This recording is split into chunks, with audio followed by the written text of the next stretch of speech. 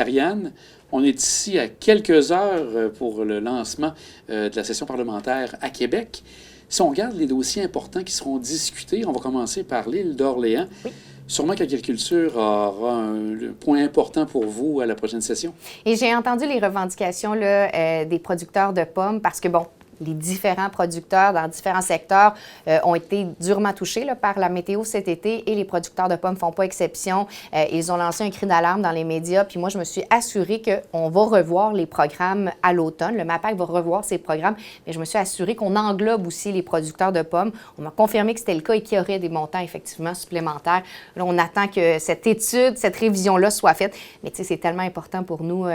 Ce secteur alimentaire-là est tellement important sur l'île, je ne veux pas qu'il soit oublié. Parce que sûr, entre autres, vous parliez des pommes, il y a les producteurs de fraises, de framboises, qui l'ont eu difficile et qui, la prochaine saison, s'annonce peut-être aussi difficile parce que les plants ont été endommagés. Oui, mais M. Lamontagne, le ministre de l'Agriculture, est venu à l'île d'Orléans cet été. Il a visité au moins 4 entreprises. Puis ça, j'ai trouvé ça le fun. Il a pris le temps de parler avec chacun des producteurs, savoir c'est quoi leurs défis. Et je dois dire que l'adaptation climatique, c'est ce qui revient constamment. Il faut adapter de plus en plus, non seulement notre environnement, mais nos cultures. Alors, on a vu des cultures en hauteur, on a vu différentes façons de produire, tout ingénieuses les unes les autres. Puis je pense que c'est vers ça qu'il va falloir s'en aller. Mais oui, il va falloir donner un gros coup de pouce à nos agriculteurs. Vous parlez de M. Lamontagne. Il était présent pour la nouvelle entente sectorielle au niveau de l'agroalimentaire et de l'alimentation. Ça touchait la relève. Donc, ça, c'est un point important pour vous, la relève qui s'annonce. C'est un chiffre qui frappe, mais la moyenne d'âge des agriculteurs, c'est 54 ans. On peut faire un parallèle avec l'Assemblée nationale, mais tu sais, c'est quand même vieux. Puis, il y a des nouveaux agriculteurs, mais il faut les aider. L'annonce dont vous parlez, c'était cet été. On va aider 250 projets environ. Chaque projet peut recevoir jusqu'à 25 000 $. Puis, c'est pour aider les agriculteurs. C'est pas toujours des jeunes. C'est pour ça que j'aime pas utiliser le mot jeune. Parfois, c'est des gens qui veulent se réorienter sur une nouvelle carrière, des gens de 40 ans. Mais il faut les aider, ces gens-là, parce que la machinerie, ça coûte cher. Les terres, ça coûte cher. La production, ça coûte cher. Alors, démarrer, c'est pas toujours facile. Puis moi, l'aide à la relève agricole, c'est vraiment une priorité, d'autant plus qu'on sait que l'île d'Orléans, c'est 90 % agricole, alors c'est important.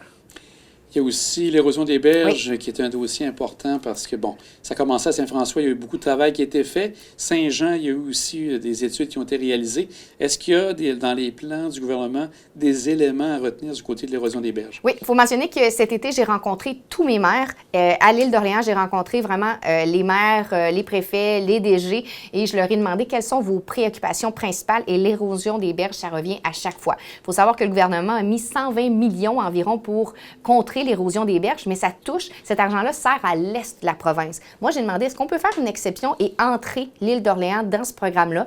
Alors, j'attends toujours la réponse. On est en train de travailler là, pour ouvrir les programmes parce qu'on se rend compte que ça touche là, vraiment tout le Québec, pas juste l'est, mais la demande est déjà faite. Quand on parle de l'île, on parle bien sûr du pont de l'île. Oui. Je crois qu'au niveau des travaux, ça semble bien aller au niveau des échéanciers. Est-ce qu'il y a des éléments supplémentaires à retenir pour les prochains mois ou tout va quand même assez bien de ce côté-là? Ça va assez bien. On prévoit toujours que le pont soit livré pour 2028. Encore une fois, il y a la saison des pommes qui commence avec l'automne. Alors, j'ai encore une fois demandé au MTMD, comme l'année passée. On sait que l'année passée, ça avait été plus problématique. J'ai dit, je ne veux pas revivre ça. On m'a confirmé qu'il allait y avoir des signaleurs également qu'on va tenter qu'il n'y ait pas de travaux qui soient faits dans la journée. On va essayer de le faire plus en soirée. La fin de semaine, quand c'est très achalandé, on va s'assurer que c'est quand même fluide parce qu'on comprend, surtout après l'année, la météo qu'on a eue, là, on veut donner une chance à nos producteurs. Là. Il y a aussi le dossier de la navette verte qui est encore en train de regarder le tout. Est-ce que ça avance bien de ce côté-là aussi? Oui, parce que, bon, les navettes bleues, c'est les navettes fluviales, comme on a vu ici sur le quai de Sainte-Anne-de-Beaupré. On veut faire la même chose à l'île d'Orléans. Cependant, ils n'ont pas la capacité, il n'y a pas beaucoup de transports en commun sur l'île. Mais une fois qu'on les amène en bateau, ces gens-là, ils doivent se déplacer. Fait que l'un vient avec l'autre. Les navettes vertes viennent avec les navettes bleues. Là, on est en train de négocier peut-être avec le plus mobile de la côte de Beaupré. Est-ce qu'il pourrait desservir l'île? Il faut encore faire des négociations, mais ça avance bien. Puis c'est certain que c'est ça. L'un vient avec l'autre, alors on travaille les deux en parallèle. On va maintenant du côté de l'autre côté, avec la côte de Beaupré. On traverse l'eau. Oui, on traverse l'eau. La côte de Beaupré, bien, c'est inévitable. Le sujet qui est là depuis un certain temps, c'est bien sûr le dossier avec RCR, le Mont-Sainte-Anne, le gouvernement du Québec. Est-ce que les pourparlers ont continué durant les vacances et est-ce que ça s'annonce bien pour l'automne? J'ai eu des rencontres cet été. J'ai rencontré Sébastien Proulx qui représente RCR. J'ai rencontré M. Crétin, Maxime Crétin également de RCR. Il faut dire que j'ai l'impression que le ton change. J'ai l'impression que les discussions, là, ça commence à avoir du positif. Moi, j'ai mentionné, je suis très claire, je souhaite un dénouement pour la prochaine saison skiable. On le sait à quel point c'est important pour la Côte de Beaupré. C'est des centaines, je pense que c'est 400 personnes qui travaillent là-bas, sur la montagne, des gens qui proviennent de la côte. On sait à quel point nos entreprises dépendent de la vitalité de la montagne, les restaurants qui sont autour, les commerces. Alors moi, j'espère vraiment qu'on en arrive avec une entente, mais on était clair, RCR doit investir dans la montagne, doit investir dans le domaine skiable. On sait qu'il avait fait, justement, il avait déposé une offre. Tout ça est en analyse, mais j'ai encore une rencontre dans 2 semaines avec Jonathan Julien, avec M. Fitzgibbon également, pour parler de l'évolution du dossier. Puis je ne lâche pas le morceau, là, je l'étalonne. Oui, parce que c'est important que la prochaine saison ne soit pas encore retardée, parce que, il faut le dire, ça n'a pas été facile l'année dernière. Donc, une deuxième année consécutive plus difficile, ça serait, pour les commerçants autour, il y aurait vraiment quelque chose de bien important. Les gens me le disent, là, quand je vais faire mon épicerie, quand je me promène, les gens le disent, c'est l'une des priorités. Donc, c'est la priorité des gens, c'est ma priorité pour la Côte de Beaupré. Il faut que ça se règle. Encore une fois, il faut la bonne volonté des 2 parties pour qu'un dossier se règle, mais les communications sont bonnes. Au niveau du tourisme aussi dans la région, c'était marquant. Il y a eu des éléments, entre autres, on parle de Rythme et Pépé, on parle aussi du rodéo Mont-Sainte-Anne. Il y a eu de l'aide qui a été donnée aussi de ce côté-là pour divers organismes. Donc, c'est important pour vous, le tourisme, ici encore sur la côte? Bien oui, parce que je veux défaire un peu cette mentalité-là que la Côte de Beaupré, c'est un peu la voie de passage pour aller à Québec ou dans Charlevoix. Non, on peut arrêter sur la côte. Il y a des activités, il y a des événements qui font en sorte que les gens peuvent dormir ici puis passer un week-end sur la Côte de Beaupré. Puis le rodéo Mont-Sainte-Anne, ça a été encore une fois une belle réussite. On a eu un petit peu de pluie, mais c'est pas grave, avec le chapeau de cow-boy, on n'a pas été trop incommodés.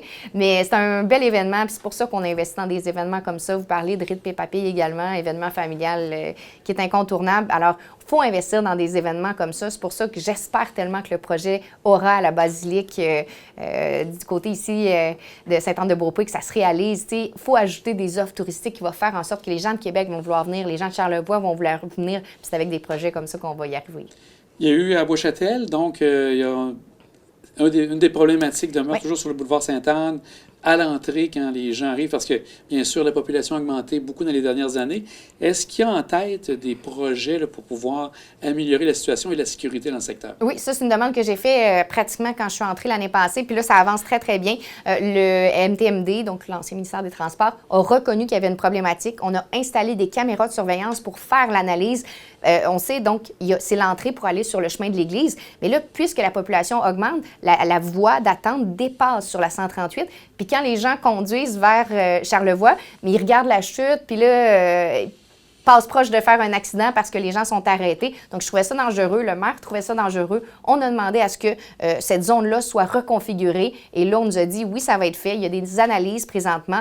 Les travaux, on n'a pas la date exacte, mais c'est dans le plan du MTMD. Donc, c'est une bonne nouvelle. On fait beaucoup de choses aussi pour du côté de Bois-Châtel. On va regarder aussi pour avoir une présence policière plus accrue. Il y a eu plusieurs vols de véhicules, des vols dans les véhicules, mais des vols de véhicules aussi. Les citoyens, ils ont mentionné qu'il y avait des excès de vitesse. Alors, ils aimeraient ça voir un peu plus les policiers de la SQ pour faire un peu plus de prévention. Alors, j'ai une réunion sous peu, justement, avec le capitaine de la Sûreté du Québec. Il y a beaucoup de dossiers, des petits dossiers comme ça, mais qui nécessitent quand même notre attention. Vous parlez de la Sûreté du Québec, donc tout près, en face, vous avez la rue Gagnon à Sainte-Anne-de-Beaupré. Le poste de police de la Côte-de-Beaupré est là. Et je pense que c'est un lieu qui demeure quand même assez dangereux au niveau des accidents parce qu'il n'y a pas de voie pour pouvoir se tenir, là, pour pouvoir tourner à gauche. Donc, c'est un des problèmes. Est-ce que vous voyez quelque chose qui va arriver prochainement de ce côté-là pour ce coin-là? Bien, moi, en fait, je suis une fille de terrain. Alors, ce que j'ai fait, au début, les gens du ministère étaient sceptiques. Ils me disaient, une lumière sur la 138, ça va ralentir le trafic. J'ai dit, parfait, venez dans mon auto, on va le faire ensemble. Alors, j'ai apporté la chef de cabinet de Geneviève Guilbeault, qui a tenté de passer de la rue Gagnon jusqu'au poste de police et ça lui a pris 6 minutes. Une fois qu'elle est débarquée de sa voiture, elle a dit « OK, Karianne, je comprends, on va travailler sur la problématique. » Parce que, je ne sais pas si vous le savez, mais il y a eu 2 accidents. Des voitures patrouilles qui ont été impliquées dans des accidents alors qu'ils étaient en urgence avec les sirènes, ont tenté de sortir de la cour pour emprunter la 138. Il y a eu collision. On ne veut pas que ça arrive, on veut que nos policiers puissent travailler de manière sécuritaire, puis on veut que les gens aussi de la rue Gagnon puissent entrer sur la 138 sans que ça leur prenne une éternité. Alors ça aussi, ça fait partie des dossiers qu'on travaille. Vous êtes aussi adjointe parlementaire avec M. Jolin Barrette, donc au niveau de la justice. L'entrée, donc, il y a sûrement de gros dossiers qui s'annoncent pour vous. Sur quel dossier vous allez travailler davantage là, en début septembre? Je vais vous faire une confidence, je suis un peu nerveuse. C'est la première fois qu'on me laisse piloter un projet de loi pratiquement en entier. Donc, les consultations pour le projet de loi 29 commencent demain. Ça, c'est l'obsolescence programmée. Ce qui veut dire, tu sais, le fameux chargeur universel pour que les cellulaires, les tablettes fonctionnent avec le même port, c'est ce qu'il va y avoir dans cette loi-là. On parle aussi d'une nouvelle garantie, la garantie de bon fonctionnement. Ça, on va venir mettre une durée minimale. Par exemple, les frigidaires, ça doit durer, puis là, je dis n'importe quoi, ça va être analysé, 10 ans. Fait que si ça brise avant 10 ans, c'est plus le consommateur qui doit aller aux petites créances pour poursuivre le fabricant. Le fabricant va être obligé soit de rembourser ou de réparer gratuitement. Donc, ça va être une grande avancée pour les familles. On sait que ça coûte cher des électroménagers. On veut que les familles puissent avoir accès à la réparabilité comme ça. Puis, il va y avoir aussi une mesure anti-citron pour les véhicules que l'on vend qui ont 3 ans ou 60 000 kilos et moins. S'il y a 3 bris pour la même chose ou que le garagiste garde pendant 1 mois la voiture, on peut casser le contrat, on peut se faire rembourser, on peut être dédommagé. Alors, il y a plein de mesures comme ça pour remettre de l'argent dans les poches des citoyens, puis je pense qu'on était rendu là. Est-ce que ça vient changer un peu la garantie légale qui existait déjà? Non, c'est une garantie de surplus qui vient, puis le vendeur, le commerçant va être obligé de nommer toutes les garanties qui existent. Alors, la fameuse garantie prolongée qu'on essaie souvent de vendre, mais le vendeur va devoir dire maintenant, il y a une garantie de bon fonctionnement qui existe. Dans les 10 premières années, par exemple, si votre frigidaire brise, automatiquement, il va être remplacé ou il va être réparé. Donc, ça va éviter qu'on achète des garanties comme ça sans savoir si on en a vraiment besoin. Vous disiez aussi, on en parlait un petit peu avant, qu'il y a une possibilité peut-être d'un ajout pour le nom de comté. Oui. À ajouter l'île d'Orléans qui n'en fait pas partie actuellement du nom complet.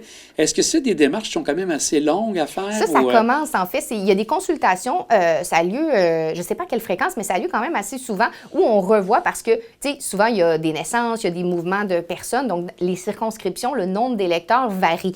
Puis là, il y a des disparités. Il y a certains comtés, comme c'est le cas par exemple sur la Côte-Nord où il y a 33 000 personnes. Moi, j'ai 63 000 personnes. Donc, on en profite pour refaire la carte électorale et en même temps, on peut proposer des noms ou faire des modifications aux noms. Moi, ce que je vais proposer, c'est qu'on ajoute Île d'Orléans au nom de ma circonscription parce que j'ai Charlevoix, Côte-de-Beaupré, mais il n'y a pas Île d'Orléans présentement. On m'a dit que ça avait déjà été fait, qu'on avait déjà fait la demande, mais qu'on disait que le nom était trop long.